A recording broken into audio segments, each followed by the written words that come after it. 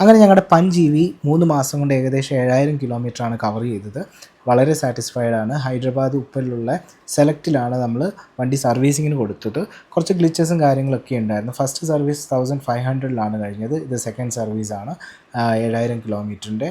AMC എന്നുള്ളൊരു option ഉണ്ടായിരുന്നതുകൊണ്ട്, annual maintenance contract ഉണ്ടായിരുന്നതുകൊണ്ട് കാര്യങ്ങളൊക്കെ free ആയിട്ടാണ് നമുക്ക് ലഭിച്ചത്. സെക്കൻഡ് സർവീസ് ഫ്രീ ആണ്, എന്നാലും വേറെ ഒരു എമൗണ്ടും ഇല്ലാതെ നമുക്ക് കംപ്ലീറ്റ് ആയിട്ട് ഫ്രീ ആയിട്ടാണ് കിട്ടിയത്. AMC നമുക്ക് 2 വർഷമോ അല്ലെങ്കിൽ 30,000 കിലോമീറ്ററിനാണ് നമുക്ക് ലഭിക്കുക.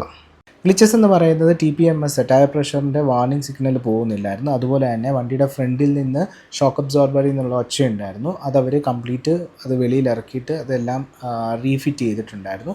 അങ്ങനെ ആ സൗണ്ടും കാര്യങ്ങളൊക്കെ മാറി. അതുപോലെ തന്നെ ബാക്കിലെ ഡിക്കി അടയ്ക്കാനായിട്ട് ബുദ്ധിമുട്ടുണ്ടായിരുന്നു. അതുപോലെ തന്നെ ബാക്കിലെ 2 ഡോർസ് അടയ്ക്കുമ്പോൾ ഒച്ച വ്യത്യാസം ഉണ്ടായിരുന്നു. അപ്പോൾ ഈ കാര്യങ്ങളൊക്കെ അവർ വളരെ പേഷ്യൻ്റ്ലി നമുക്കതെല്ലാം ചെയ്തു തന്നു.